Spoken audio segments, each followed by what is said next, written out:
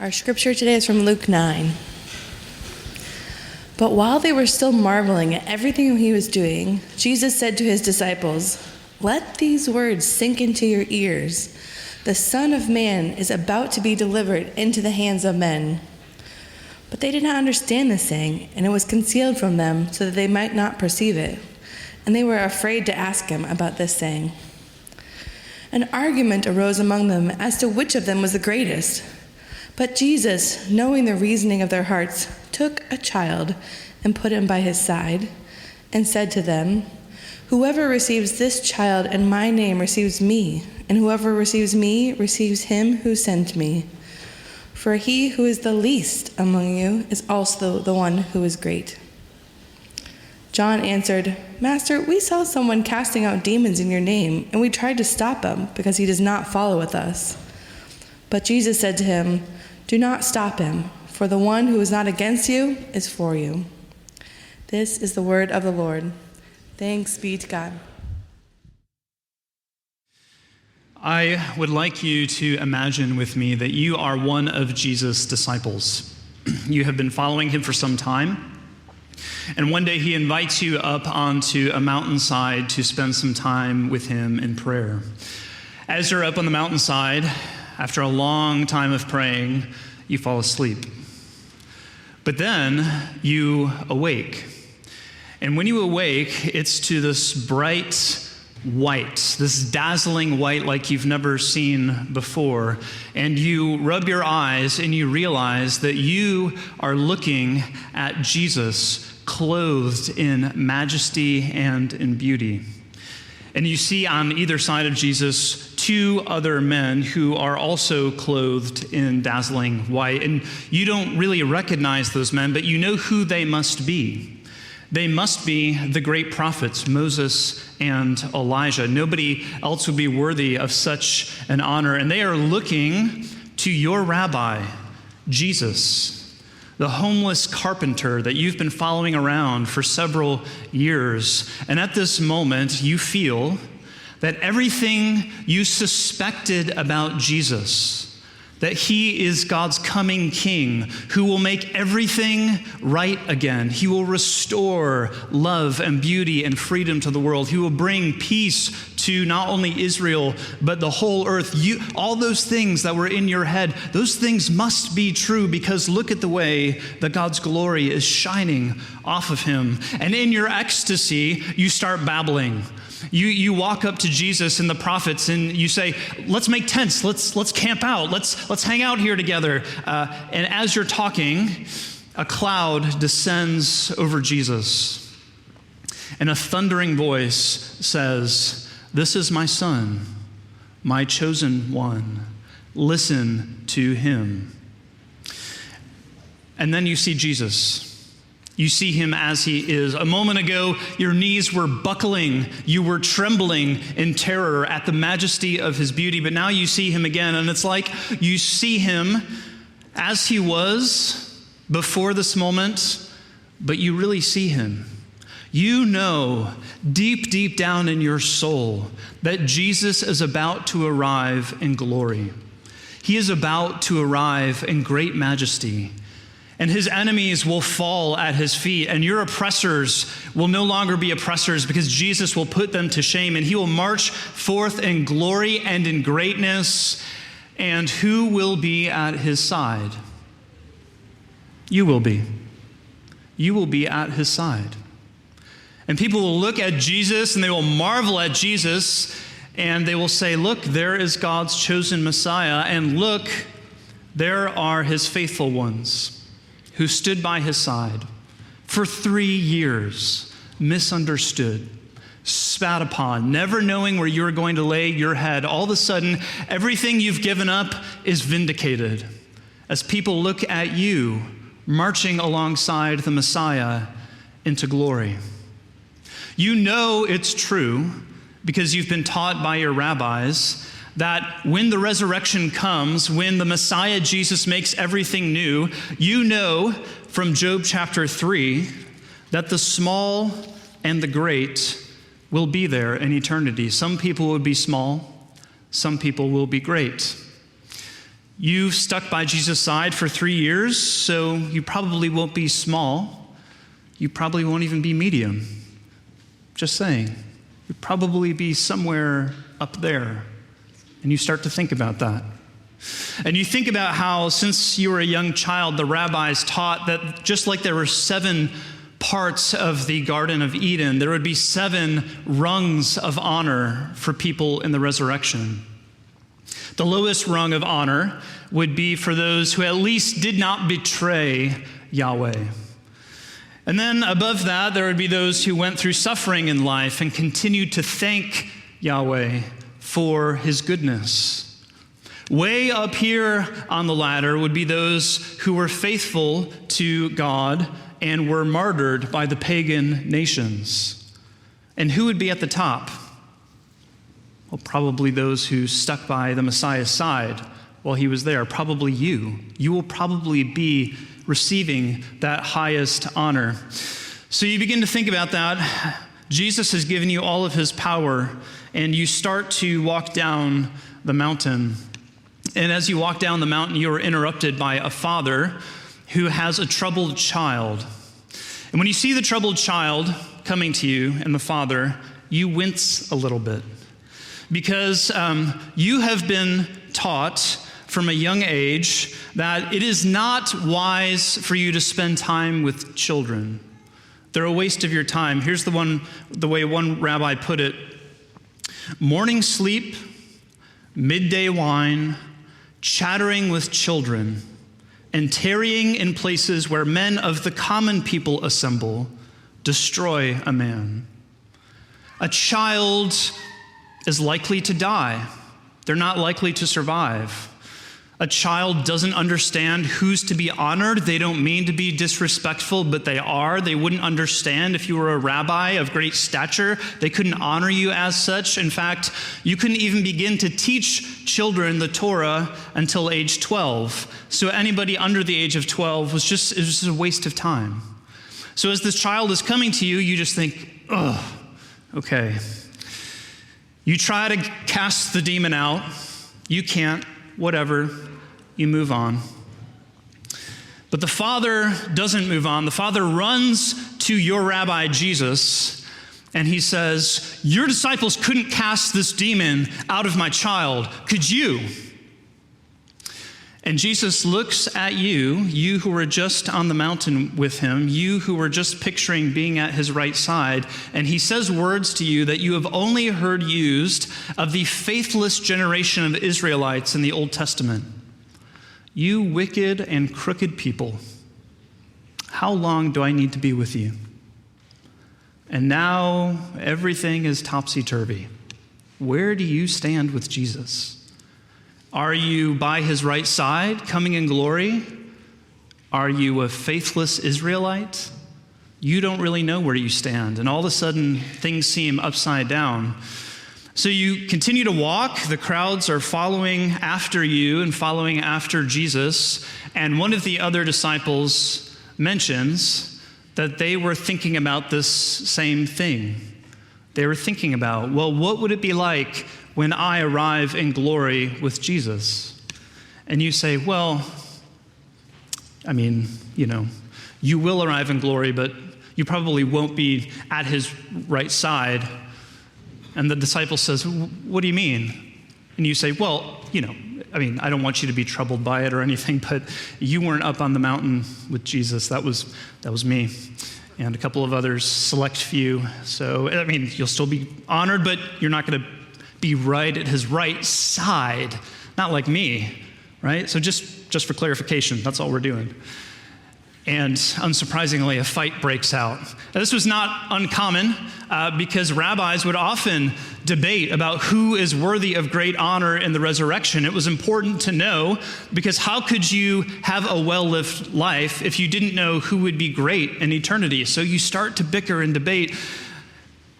And then as you are debating, Luke uses a phrase that he really only uses throughout the Gospels for Jesus' enemies. And Luke says, knowing their thoughts, he turned around and said, would you all like to know who I consider to be a great one? You don't answer, but you would like to know, yes. And so Jesus stops, and it says he descends down into the crowd, and he brings up with him a child about Eden's age. Eden is 9 years old, yes. We coordinated our outfits today, so we both have sweaters. So well done. And he says to his disciples, do you want to know who is a great one in the kingdom of heaven? Do you want to know? Whoever receives this child receives me. And whoever receives me receives the one who sent me, because it is the one who is least among you who will be great. This one that you could not see a moment ago. This one that you did not think was worth your time a moment ago. This one who cannot help you to expand your territory, cannot help you to build your reputation. This one that you thought was a waste of your time. This one I consider great in my kingdom, a royal in my kingdom. That's who is great. Thank you, Eden. Well done. What is Jesus doing? He is saying to his disciples that in being so consumed by their own greatness, they have missed the greatness of the person that Jesus had just placed in their pathway.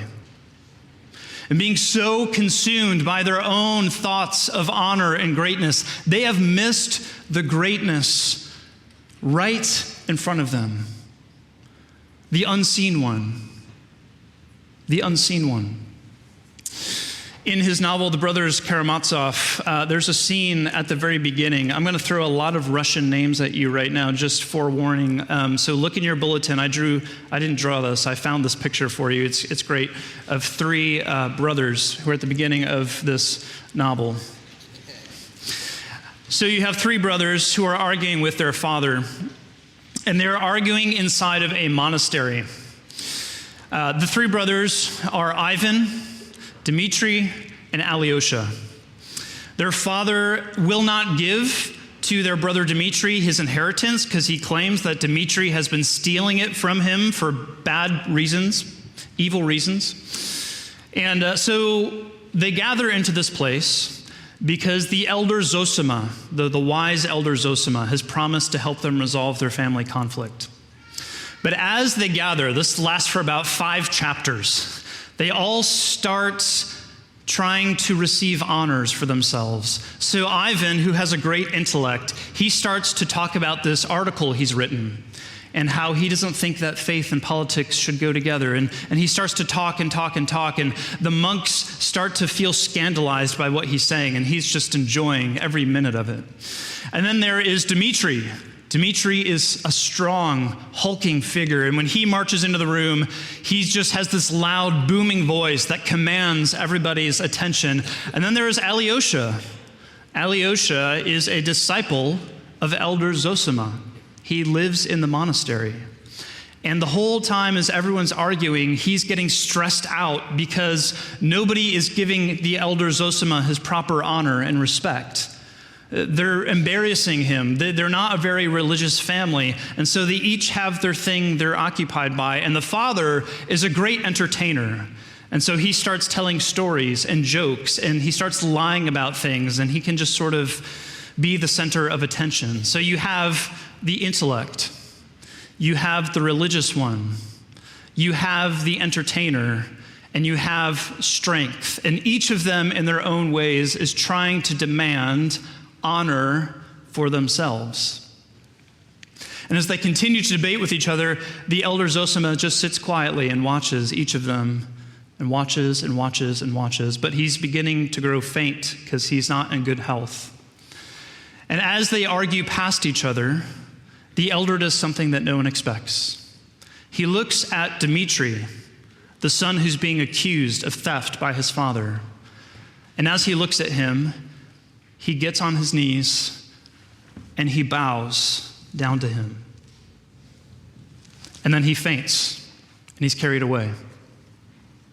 It's a strange moment. And there's some debate about why does he bow to Dimitri, but everyone agrees on this. It's because the elder sees what nobody else can see. As everybody else is being consumed by their own pursuit of greatness through intellect or through strength or even through religion or being entertaining, the elder Zosima sees a son who will never be loved by his father, a person created in God's image who has not received the honor due to him. And so as he bows, he says, I see you. And it's a subtle rebuke to everybody else in the room, even the religious son, Alyosha. And the question that Jesus is asking us this morning is, do we ever do that? Do we ever get so consumed by our own personal projects, our own agenda, our own way in which we consider ourselves great that we miss the person that Jesus has placed in our path? We miss the greatness that Jesus just put right in front of us. I'm going to tell you a story about me, and I hesitate to tell it to you, not because I'm embarrassed or because you will judge me, but because I don't want you to be scared of me, okay? So this happened several years ago when I was doing campus ministry, and I had been doing ministry at the University of Missouri for about 3 years, and so the group started to reflect me a little bit. So there were really two people in this group. There were a lot of non-Christians, and some of them had just recently come to faith. And then there were a lot of strong leadership Christians who could disciple people and evangelize and get things done for me. But what I found over those 3 years was that the people in the middle, they would sort of come for a while and then they would leave. So I brought this up to my area coordinator, my mentor, Michael Gordon, and I said, it feels like our group is weird. It's very weird. There's lots of people who don't know Jesus, and there's people who really know Jesus, but nobody in between. And having known me for 3 years, he said, well, that's because you don't see those people. I said, what do you mean? I don't see those people. I see them. He said, no, you don't really see them. They're not useful to you, and they can sense that. And so they leave. And it struck me because I knew he was right. And I wondered, do I even see the students that I see if they're just useful to me in my personal project? But that is exactly what Jesus is saying to his disciples and to us. Do you really see the people around you? Not just insofar as they're useful to you or your project, but do you see them, as created beings who God considers worthy of dignity, honor, and respect? So the question I think Jesus is asking each of us today is, who around you is unseen? Who's unseen? Just picture for me in your mind your workplace. You know who to connect with in your workplace, but who are the people you're not really supposed to connect with? The unseen ones. Who are they? When you go to the coffee shop or your regular breakfast place, do you see warm limbs delivering things to you? Or do you see people? Do you see people that are made in God's image? If you're a student or a child, when you go to school, who are the people that are unseen? Who are the people that you just can't see because they're not important or they're not funny or maybe they're a little bit annoying? Or when you walk into church on Sunday morning, who don't you see? Who don't you see? Now, I want you to hear this very clearly. Jesus is not saying to you, I want you all to feel very guilty about that, right? He's not even saying, I want you to conjure up as much pity in your soul as you possibly can for these unseen people. Because if you conjure up pity in your heart for these people, you're still not seeing them. That's not what Jesus is saying. He's saying, I want you, when you walk into this room to picture me with my arm around this person. I want you to picture that this person is going to come into glory with me someday, and you should be so lucky to see this person. So just close your eyes, if you would, with me for a moment, and picture the people in your workplace. And picture that Jesus has his arm around them and is saying to you, this is a person that I have placed in your path. Will you honor them? Or as you walk into church on Sunday morning, can you picture that Jesus has his arm wrapped around the person in front of you saying, this is a Lord, this is a lady, this is someone who will come into greatness with me. Could you treat that person this way? Could you picture the person at the restaurant or the coffee shop, the person at your school with Jesus' arms around them? Or what about this? What about even this? Moms and dads, you know that it's easy when you come home from work and your mind is busy to let your children and even your spouse be an unseen one. What if before you pulled up, you pictured Jesus' arm around each of your children saying, this is a little Lord, a little lady, your husband, your wife. This is a queen. This is a king. That's what Jesus is saying to us. Could you picture that when we think about something like Shepherd Community Center and the opportunities that we have to serve those who have food insecurity and struggle with homelessness, could you picture that Jesus isn't just saying, I want you to feel bad enough to go help those people? What if you picture Jesus saying, these are kings and queens, and how embarrassing it will be for you if you have not fed them or given them a cup of cold water. These are people who you will someday be tempted to worship because they will be in dazzling robes of glory. Or this is too on the nose, but I'm going to go there anyway because when else will we? The nursery. During first and second service, during Sunday school hour. What if that wasn't simply, hey, I should put some time in so I can get a little bit back? What if that was Jesus wrapping his arms around each of those little ones in that room saying, this is a little royal. You should be so lucky to change their diaper, if you're allowed to. You should be so lucky to be in that room and to play blocks with that person. I mean, this is what Jesus is communicating. If your eyes are closed, you can open them. This is what Jesus is saying. He's not saying, I want you to feel bad enough to help people in need. He is saying, I want you to see that every single person you encounter has a great weightiness to them. You should be so lucky to serve an unseen disciple of mine.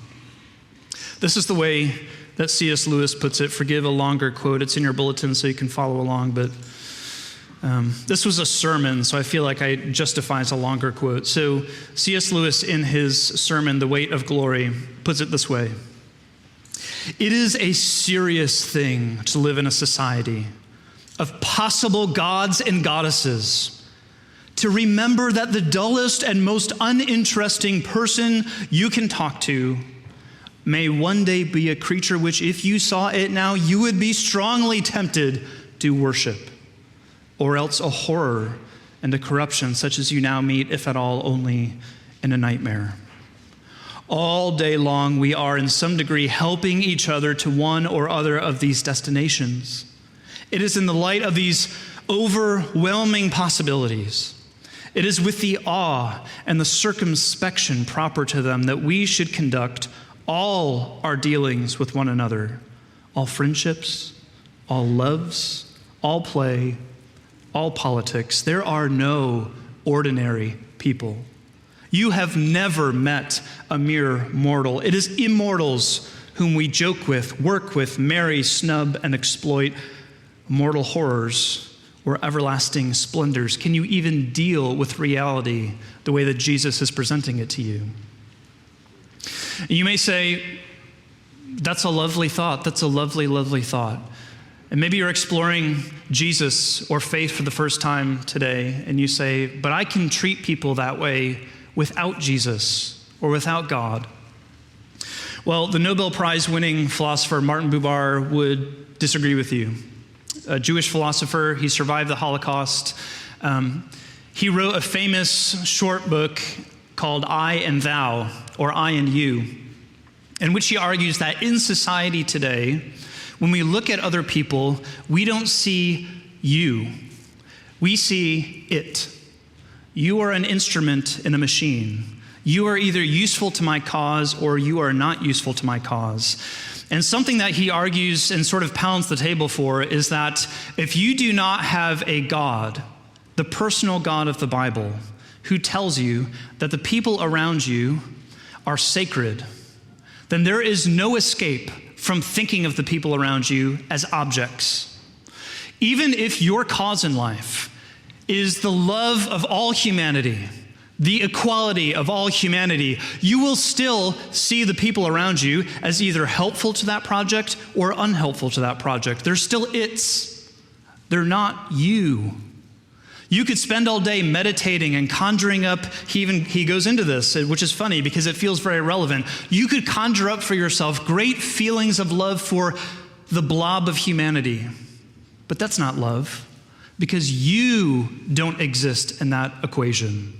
It's just my feelings about you as an abstract concept. And he says the only way that you can escape from looking at the people around you as its is to see those people, as he puts it, as being transfigured before the countenance of God. To see God's hand around them and to say, this person is sacred because I created them. Not because they belong to your project, not because they don't, but because I created them. Otherwise, everybody's just a piece of your machine. But then he says his most profound thing, I think, which is this. The reason you and I think of the people around us as its is because that's the way we think of ourselves.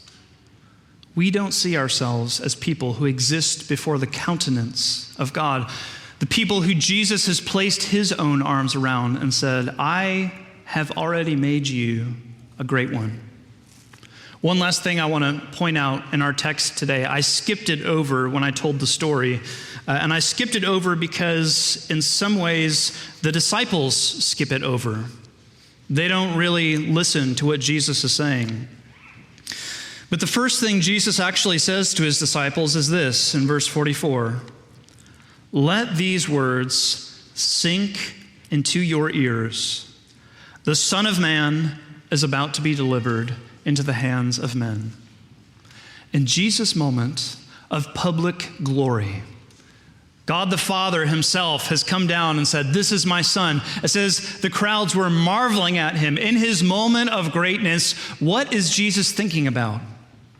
He is locked in, thinking about your greatness.